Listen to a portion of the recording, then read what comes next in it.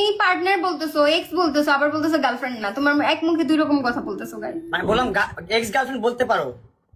Ex girlfriend means তো, তাই না? আমরা একসাথে ওর চেয়ে বেশি অনেক কিছু করছি, এটা মানে তো তোমরা পুরো একসাথে বাংলাদেশ। ছিলা, তাই তো? হুম। তাইলে তো তোমার তো ঠিকই ওটা আছে। আমার পাস্ট, ওটা আমি তখন অনেক ছোট, ওটা আরো 3 বছর আগের গল্প বলতেছো। দেখলাম যে একজন মানুষ এই কি প্রশাসনিক হেফাজত থেকে বের হয়ে মিথ্যা কথা বলতেছে, তার আসলে মাথাই খারাপ, বুঝছেন? সে বলতেছে না লাইলার সাথে আমার কোনো রিলেশনই ছিল না, বাট আমার এক্স ছিল বা আমার বন্ধু ছিল বা আমি এটা ছিল সেটা ছিল, এগুলো বলতেছে। তো প্রথম কথা হইলো যে শোন, তুই যদি অতীত ভুলে যাইস, তুই যতদিন না স্বীকার করবি যে তোর সাথে আমার কিছু ছিল বা তোর সাথে আমার কিছু সম্পর্ক ছিল, তুই এরকম আওলা ঝাউলাই চলতে থাকবি, তোর লাইফটা এরকম আওলা ঝাউলাই চলতে থাকবে।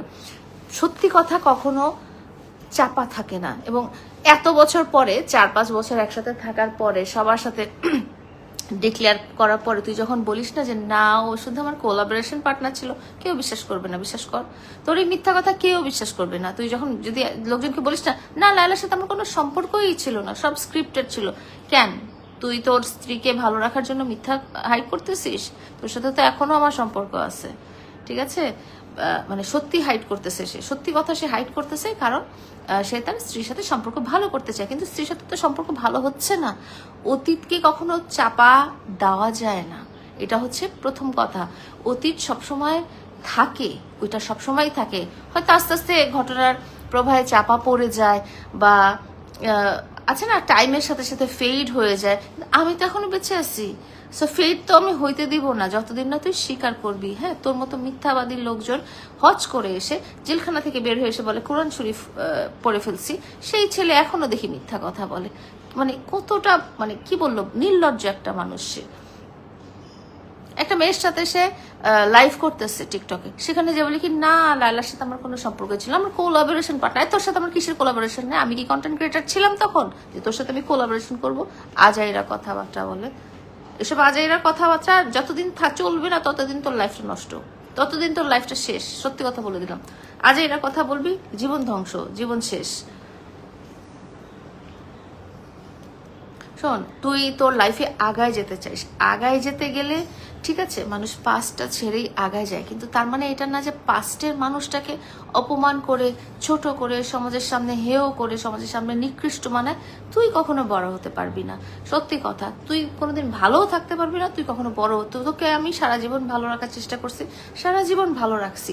তুই যতদিন মানে তুই তোর মতো মানুষ যতদিন দেখা যাবে যে আমার সাথে সম্পর্ক অস্বীকার করতেছিস, আমাকে অপমান করতেছিস মানুষের সামনে, আমাকে ছোট করতেছিস, আমাকে ডিসরেসপেক্ট করতেছিস, তুই কেন তোর 14 গোষ্ঠীও ভালো থাকতে পারবে না।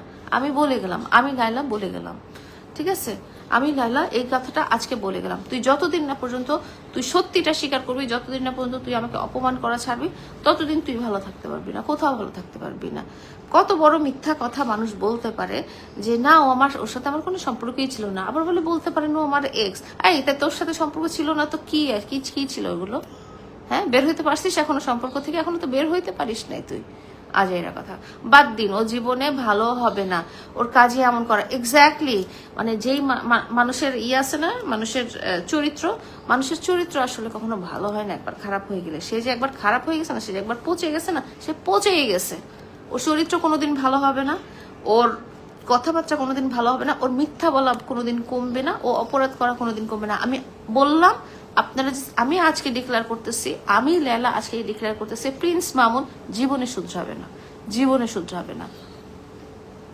মানুষ যারা ওকে দেখে মায়া করে করে আমাকে ফোন করতেছে যে আপু দেখো ওর জন্য খুব মায়া লাগতেছে, ওর চেহারাটা কেমন হয়ে গেছে, ও কেমন শুকায় গেছে, ওর জীবনটা কেমন ইয়ে হয়ে গেছে, তুমি ঠিক করে দাও।